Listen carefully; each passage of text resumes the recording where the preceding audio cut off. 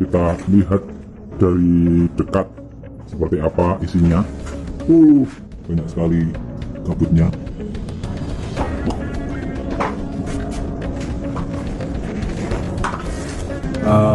Inilah mesin, bukan mesin ya, bilik sterilisasi kami. Development yang terakhir, ada beberapa perubahan di jumlah mist maker, kipas, dan jumlah power supply. Jadi lebih ngirit sepertinya.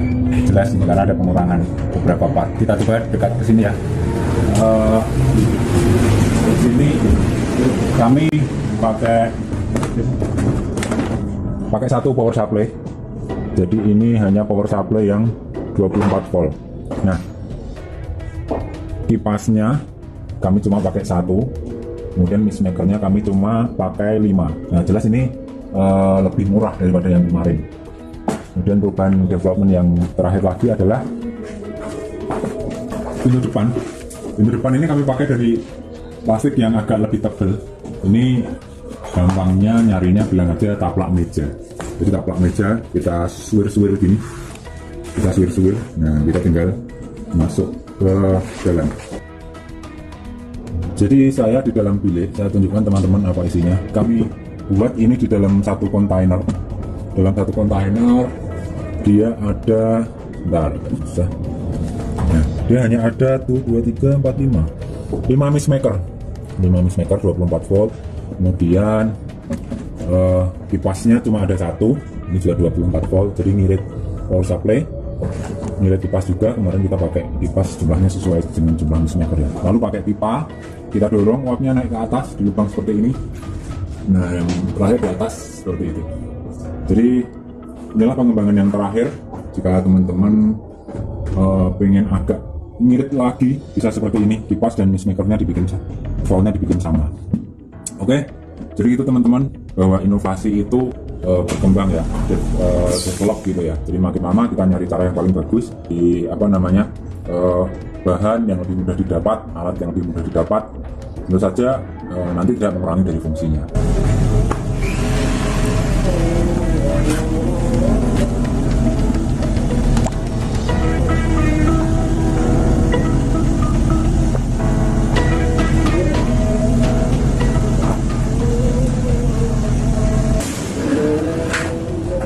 Nah, sudah mulai berkabut. Kami coba nyalakan. Coba saya tutup kuncinya. Belum rapat.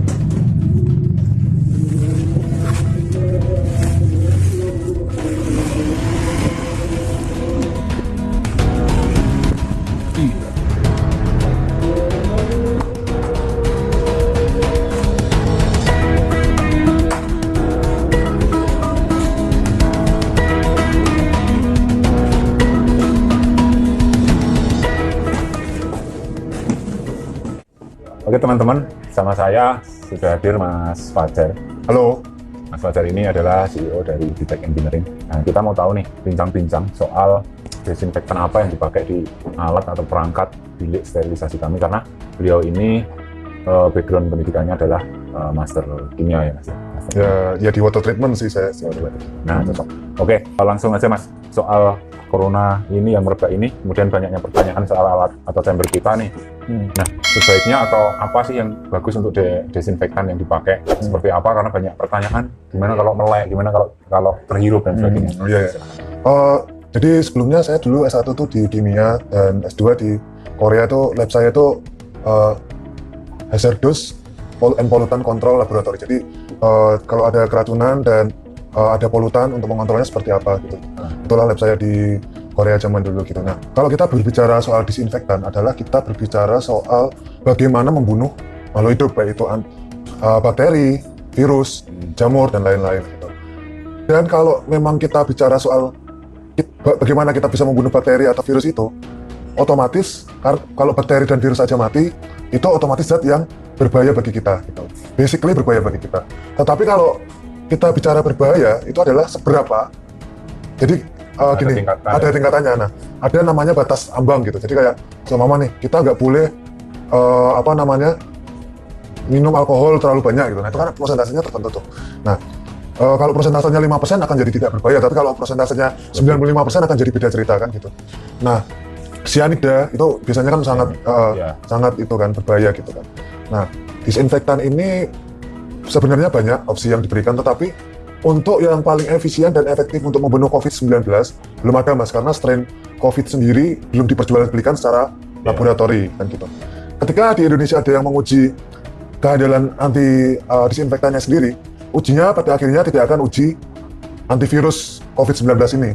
Paling ya menurut saya yang paling cepat ya ujinya antibakteri, which is nanti kedepannya juga berakhir pada asumsi lagi kan gitu. Karena di sebagai ahli kimia kita menarik kesimpulannya biasanya gini, ketika ini antibakteri biasanya antivirus, karena virus itu kan lebih lemah daripada bakteri gitu. Nah, Biasanya pakai apa mas bakterinya? bakterinya kalau uji Kalau antibakteri ya biasanya pakai dua jenis bakteri, ada bakteri gram positif, gram negatif gitu. Kalau gram positif saya lupa ya, kalau kebalik ya mohon maaf, udah lama sekali gitu. Biasanya pakai E. coli gitu. Jadi biasanya kalau plus itu yang dindingnya tebel gitu biasanya. Nah, kalau yang negatif itu biasanya yang dindingnya tipis, misalnya kayak Salmonella typhimurium gitu, kayak itu penyebab tipus. Nah, kayak gitu. Kalau E. coli itu diare ya? Diare, nah kayak gitu. Cuma pada akhirnya akan menjadi suatu asumsi lagi, karena kalau kita bicara soal ilmiah harus teruji klinis dan benar-benar Iya, berarti harus datangin virus corona. wah, coronanya nanti coronanya dijual, kita beli, kita uji terhadap virusnya itu, harus seperti itu gitu. Nah, gitu mas. Nah, kalau tadi kembali lagi, setiap disinfektan berbahaya. Oleh karena itu, prinsip dari sterilisasi chamber ini adalah biasanya digunakan di prosedur safety lab tingkat 3 sampai 4 gitu. Untuk masuk lab. Ya, itu biasanya untuk masuk lab biochemistry. Ketika kita ingin masuk lab biokimia, itu tuh kondisinya kita harus steril. Karena ketika kita membawa bakteri dari luar, nanti akan timbul namanya kontaminan, gitu, mas. Oke. Nah, kalau kita bicara soal prosedur lab, safety lab tingkat 3 dan 4, masker dan Google itu biasanya harus. Gitu. Nah, karena waktu di sini disinfektan yang dipakai lebih lebih kuat gitu. Misalnya kalau di lab-lab, gitu. Sehingga kita harus kayak pakai APD lengkap yang seperti yang ada di rumah sakit itu. Jadi Google ini pakai kerudungannya gitu. Nggak boleh dihirup. Ya, basically kalau bisa minimalisirlah hirupan itu. Karena kalau kita bicara soal zat kimia, nggak mungkin kita meniadakan untuk terhirup gitu. Yang bisa kita lakukan hanyalah meminimalisir sebanyak mungkin. Jadi kalau bisa ya tahan nafas, dari itu pakai Termasuk masker, nggak boleh kena mata ya. minimalisir gitu. Jadi emang harus diminimalisir. Karena kita bicara soal membunuh makhluk hidup lain. Ya. Gitu. Karena kita basically kan makhluk hidup juga. Suatu zat yang berbahaya bagi makhluk hidup lain, otomatis biasanya berbahaya bagi kita juga. Gitu. Oke. Nah, kembali ke tadi, yang dipakai di chamber kita ini, apakah mudah dicari dan relatif aman dipakai? Nah, itu kan kemarin kan kita riset kecil-kecilan sebentar ya mas ya. Jadi kalau mau dipakai di sterilisation chamber, yang jelas jangan yang berbasis alkohol, karena yang pertama berbahaya kalau terhirup ya, maksudnya ini berbahaya itu ada batasnya gitu. Nah, batas aman untuk terhirupnya lebih kecil gitu. Jadi kayak seumpama 10 hirupan udah berbahaya, sama nanti kita cari yang kalau alkohol itu 2 hirupan udah berbahaya. Nah, kita pilih yang 10 hirupan berbahaya kan gitu. Jadi kayak kita cari yang kadar letalnya agak lebih kecil gitu kan. Nah, jangan yang berbasis alkohol gitu. Seringnya kan, nah ini yang sering terjadi mispersepsi di masyarakat. Disinfektan bahannya dibuat mirip sama hand sanitizer, itu udah sangat-sangat satu hal yang berbeda. Ketika kita memakai hand sanitizer, kontaknya kan hanya dengan kulit, dan dia istilahnya nggak kita hirup gitu. Jadi ya udah hanya untuk kulit aja. Makanya kita bisa memakai zat yang kemampuan letal atau kemampuan aktifnya lebih tinggi gitu. Tapi ketika kita ingin ke seluruh tubuh dan ada potensi untuk terhirup dan kena mata, nah harus di tone down. Nah, sedangkan alkohol ini ketika di tone down, efisiensinya akan berkurang secara signifikan. Nah, kayak gitu. Nah, selain itu juga mahal ya mas ya, 80.000 per liter, dan sekarang udah jarang kayaknya nyari yang namanya ya. Alkohol sendiri pun kan nama suatu gugus fungsi. Alkoholnya sendiri kan ada banyak ya, ada etanol, ada isopropil alkohol, ada propanol, ada butanol, macam-macam. Yang nge-big no is metanol. Metanol itu spiritus gitu. Itu nggak boleh sama sekali karena kadar toksiknya sangat tinggi gitu. Makanya kan nggak pernah ada ceritanya kan apa namanya hand sanitizer pakai metanol, karena emang toksik banget gitu. Biasanya yang dipakai adalah etanol dan isopropil alkohol gitu. Biasanya itu. Gitu mas. Nah, terus akhirnya kita cari, karena itu rumah tangga, kita ini bicara sebelum zat ini tren ya mas ya. Sebelumnya kan kita udah cari duluan, terus kita temukan bahwa suatu perusahaan di Amerika dan udah bergerak di bidang disinfektan sangat lama, yaitu Dettol, itu udah zatnya, dia mengklaim kalau Dettol ini bisa membunuh coronavirus. Gitu. Coronavirus bisa terbunuh 99,9%, Tapi coronavirus yang lama, jadi macam SARS atau MERS gitu. COVID mereka belum uji karena memang belum ada zatnya. Terus mereka variasi produknya bermacam-macam, bahkan ada yang spray.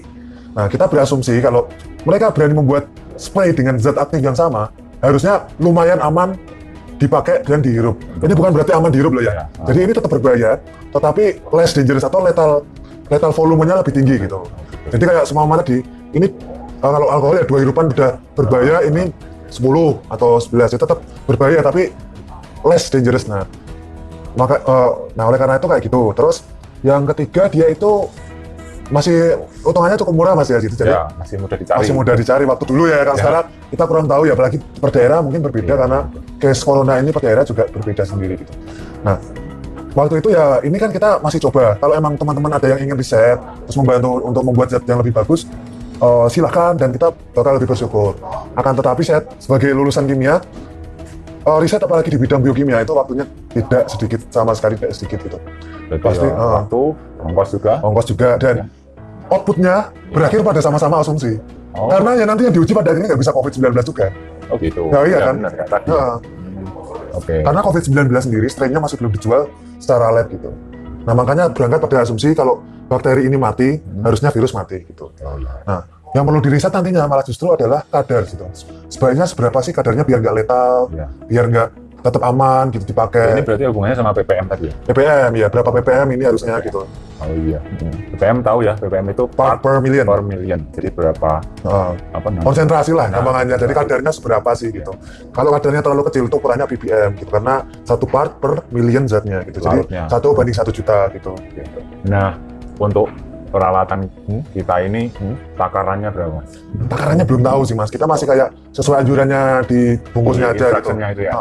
Kalau kita pakai yang sesuai anjurannya yang di bak mandi itu loh Mas, karena kan satu tutup botol itu. Satu tutup botol untuk 1 bak mandi kan katanya gitu. Kita kurang tahu ini seberapa efisien, tapi ya jelas letalnya bakal akan jauh berkurang gitu. Karena kita mikirnya dibuat mandi, disiram ke mata, ke seluruh tubuh, pasti ada tertelan dikit-dikit kan kalau kita mandi. Untuk antiseptik luka.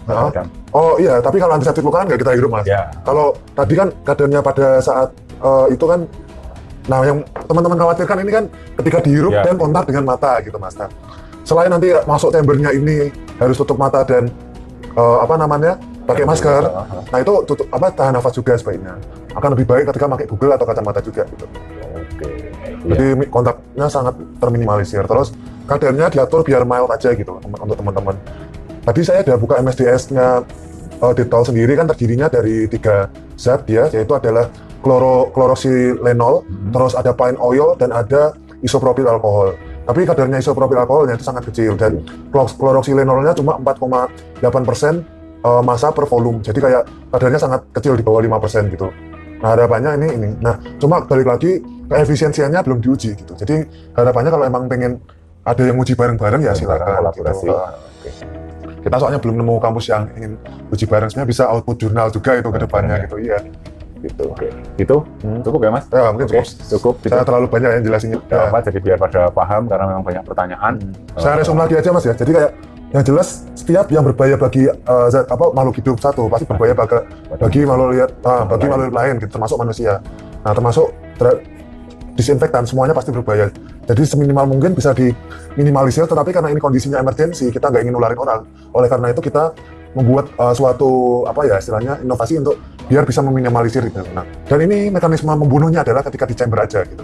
Di chamber ini harapannya sudah mati ketika keluar. Nah, tetap harus cuci tangan dan itu karena nantinya ini kayak lantai aja Mas. Lantai ketika udah dipel kena kotoran bersih kan, kena kotoran tetap harus dipel lagi kan gitu. Cuci tangan. Nah, bersih. Nanti kena kotoran, cuci tangan lagi kan gitu. Makanya harus sering-sering cuci tangan dan mandi juga harus sering-sering loh ya. Karena ini sebagus-bagusnya disinfektan ini lebih efisien mandi gitu. Gitu. Ya, gitu. Terus apalagi ya tadi. Nah, zat disinfektan ini kita hanya berbasis klaim dari perusahaannya itu gitu. Jadi teruji secara klinisnya, apalagi diubah bentuknya menjadi spray ini belum teruji gitu teman-teman. Jadi kalau kita kayak melakukan kegiatan overreacting is better than doing nothing gitu kan, ada yang kayak gitu. Jadi kayak kita overreact dulu aja lah gitu, akan daripada nggak apa-apa gitu. Dan ini juga sudah saya konfirmasi kepada dosen saya yang di biokimia di Undip. Jadi Bu, apakah pakai ini bisa? Oh, harusnya bisa gitu. ini bisa kok gitu. Dia kan mau ini. Ya itu soal kadar dan soal itu kan letal itu. Sama tadi apa? MSDS ya, Master.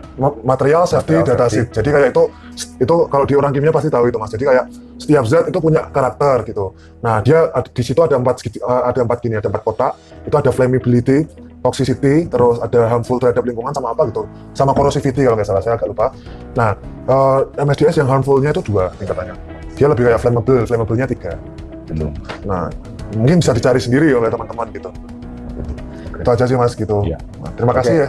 Terima kasih Mas Fajar. Jadi penjelasannya sangat gamblang kalau kita ketemu ahlinya ya. Jadi Nggak ahli lah itu Mas. enggak ahli ya. Cuma dapat degree aja. Oke, gitu ya. Jangan bingung lagi soal disinfektan. Oke, terus pesannya 2, overreacting is better than Doing nothing. doing nothing. Yang kedua, sering-sering mandi. Sering mandi, cuci tangan, tetap di rumah. Oke, terima kasih. Sampai jumpa.